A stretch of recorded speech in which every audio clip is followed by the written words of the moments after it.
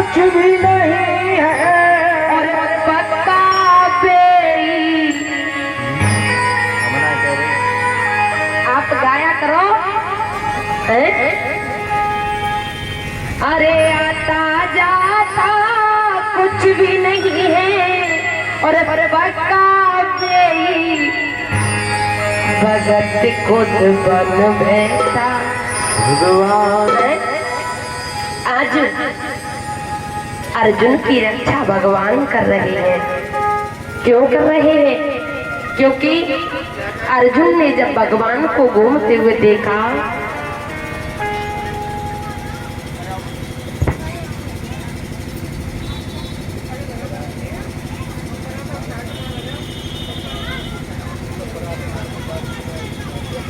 ने भगवान को घूमते हुए देखा, पूछा भगवान कैसे नींद नहीं आ रही? तो भगवान ने बहाना बना करके कहा कि अर्जुन आज मन हो रहा है कि आज गंगा नहाने के लिए चला जाए। और जैसे ही इतना कहा कि गंगा नहाने का मन है मेरे भागवत श्रोताओ, तुरंत पांचों पांडव खड़े हो गए और कहने लगे चलो भगवान गंगा नहाने। और आज कोई व्यक्ति किसी दूसरे से जाकर के ये कहे कि भागवत हो रही है अचानक, तो फिर वो सामने वाला क्या कहेगा? अरे ऐसे अचानक क्यों? इतनी जल्दी भागवत की किताब पड़ गई तो इतनी जल्दी भागवत बैठा दे, यानी तर्क कर दी। अच्छा काम हो रहा है बंदरिया। तो ये नहीं कहा कि चलो बहुत बढ़िया बात है, तर्क कर दिया।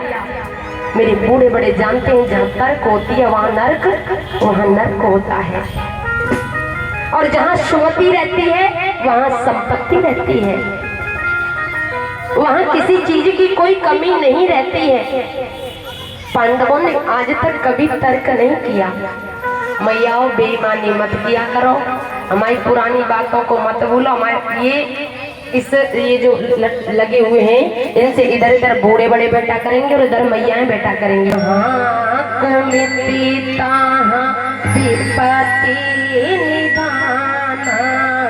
जहाँ कुमति तहाँ विपत्ति निदाना। एक बार सुमति कुमति में लड़ाई हो गई। कुमति कह रही है कि सब सुमति को क्यों चाहते हैं, मुझे कोई क्यों नहीं चाहता। दोनों में लड़ाई जब हुई तो फैसला तो भाई दो व्यक्ति में लड़ाई हो जाए तो फैसला तो कोई तीसरा ही। सुमति कुमति दोनों ब्रह्मा जी के पास, क्योंकि सृष्टि की रचना करने वाले कौन है? ब्रह्मा जी। ब्रह्मा जी के पास पहुंच गई और जाकर के अपनी शिकायत करने लगी। सब इसे चाहते हैं, मुझे कोई क्यों नहीं चाहता? क्या मैं अच्छी नहीं हूँ? ब्रह्मा जी ने कहा कि मैं फैसला तब करूंगा, पहले तुम दोनों मुझे चल करके दिखाओ। सुमति कुमति दोनों को थोड़ी दूर भेजा और थोड़ी दूर भेज करके फिर वापस बुला लिया। ब्रह्मा जी से पूछा कहो हम दोनों में कौन अच्छा है? ब्रह्मा जी ने कहा अच्छी तो तुम दोनों ही हो, दोनों में अच्छाई की कोई कमी नहीं है, फिर फर्क क्या है? ब्रह्मा जी ने कहा सुमति तुम तो आती हुई बढ़िया लगती हो और कुमति तुम तो जाती हुई बढ़िया लगती हो। सुमत कुमत सबके उर रहनी, सबके उर में है। महाराज आज पांडवों ने तर्क नहीं किया, तुरंत खड़े हो गए और तुरंत खड़े होकर के भगवान कन्हैया के साथ चलने लगे। थोड़ी दूरी पर द्रौपदी के 5 पुत्र सोए हुए थे। गुरु द्रोणाचार्य का पुत्र अश्वत्थामा आया। काली अंधेरी रात छा रही है। काली अंधेरी रात में आकर के पांडवों की बजाय द्रौपदी के 5 पुत्र कृतदिति, सुतशोक, सुतसेन, सुतानीक और सुतकर्मा, ये द्रौपदी के 5 पुत्र थे। सोते हुए पुत्रों के सिर धड़ से अलग कर दिए, सिरों को काट दिया। और जैसे ही सिरों को काटा, अर्जुन तो भगवान कन्हैया के साथ चले ही गए थे।